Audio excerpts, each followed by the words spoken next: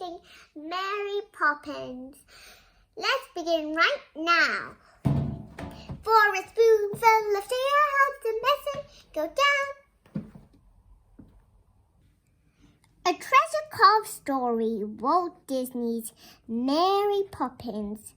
Ooh, and just to let you know, if you know the channel, the series, Treasure Cove Stories, you can also find more over here and over here.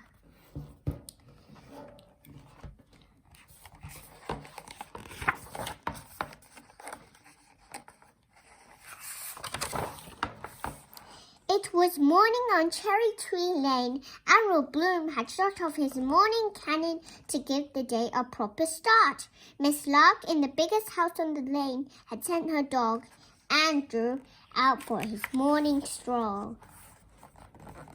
But in the nursery at number 17 Cherry Tree Lane, Jane and Michael Banks were still in bed. Up, up, said Mary Poppins. Then Nanny, pulling back the blankets with a firm hand. We'll have no lounging about on a supercalifragilisticexpialidocious. Supercali what, Mary Poppins? Asked Michael. Close your mouth, Michael. We are not a codfish. Funny thing to say. Supercalifragilisticexpialidocious. Of course, if you can't think of a word that says just what you want to say, try supercalifragilisticexpialidocious. And it just describes today. That got Jane and Michael up and dressed and breakfasted in recall time. Breakfasted in recall time means really fast. Out to the park we go, said Mary Poppins, hurrying them into the hats and coats. Spit spot this way.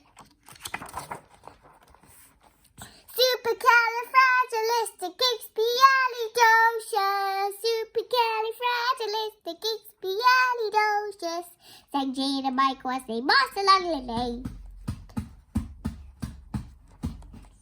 They almost bumped into Mary Poppins when she stopped to speak to Andrew, Miss Lark's little dog. Yep, yap, yap, said Andrew. Slower, please, said Mary Poppins.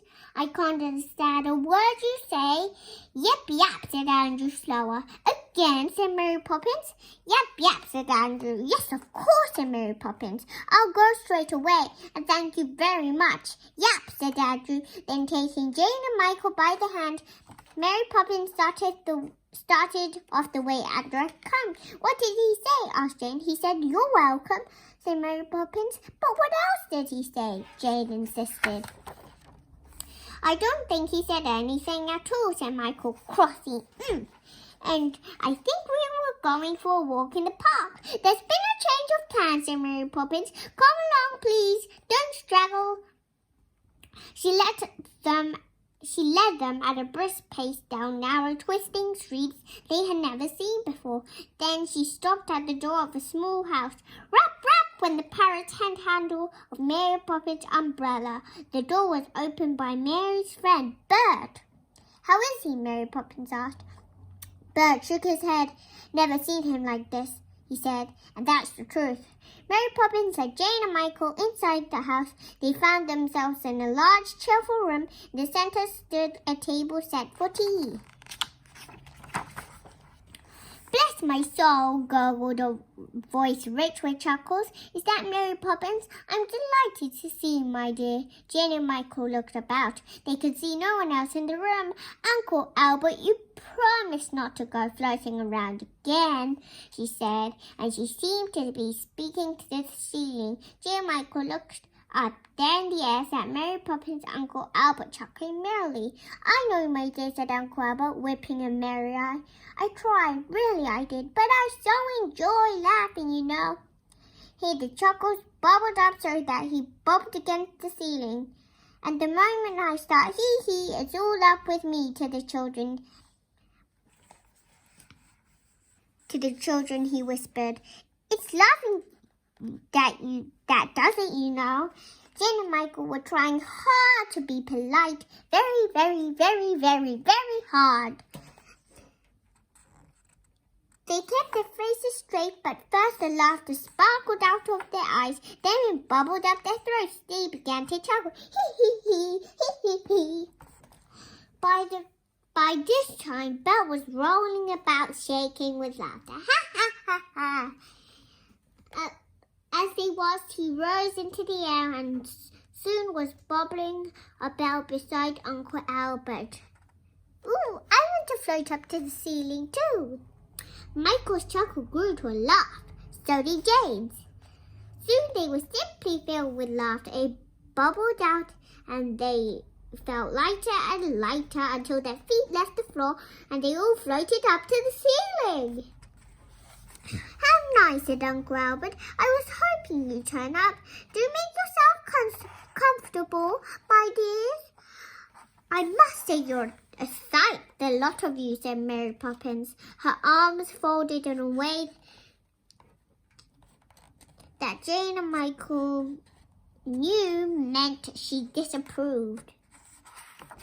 You know, speaking of size, said Bert, that reminds me of my brother who has a nice cushy job in a watch factory.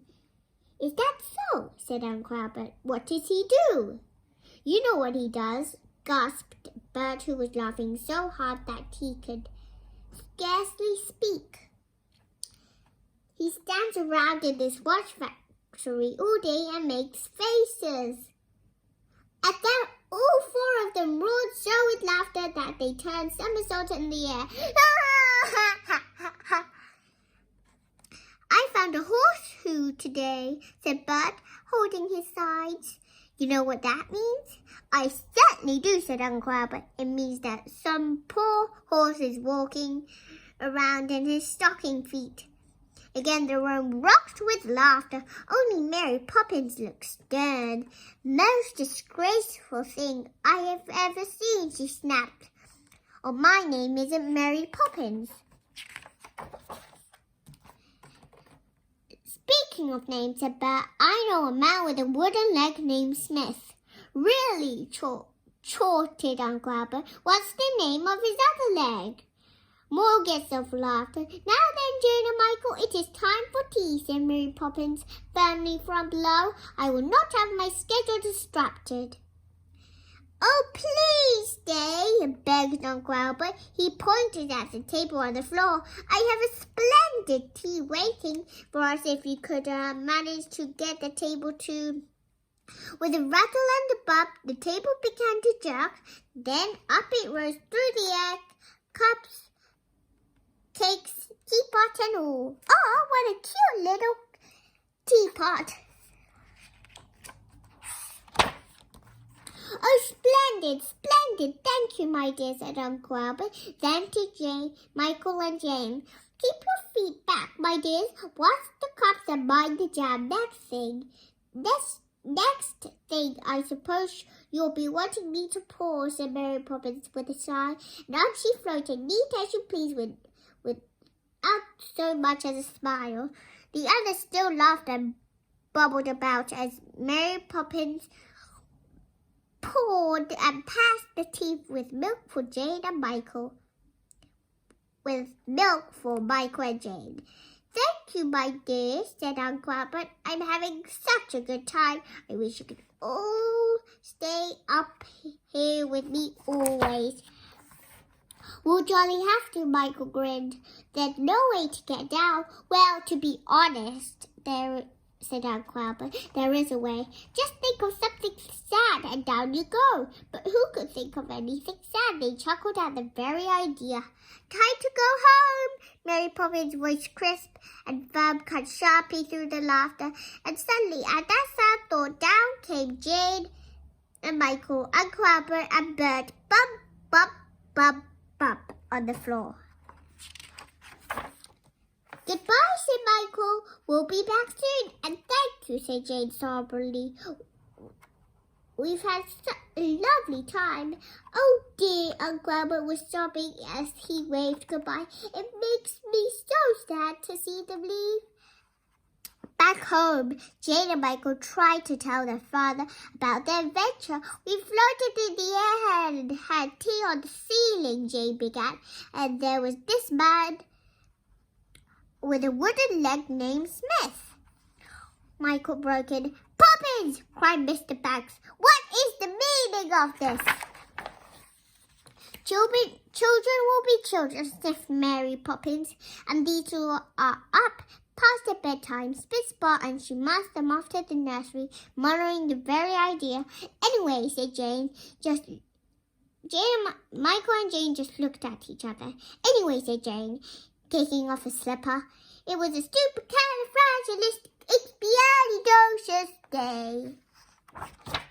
And that's the end. Well, I wish I could float up to the ceiling like Mary Poppins and Jane and Michael Banks. Thanks for watching, everyone. If you like this video, hit like and subscribe for more videos. See you next time.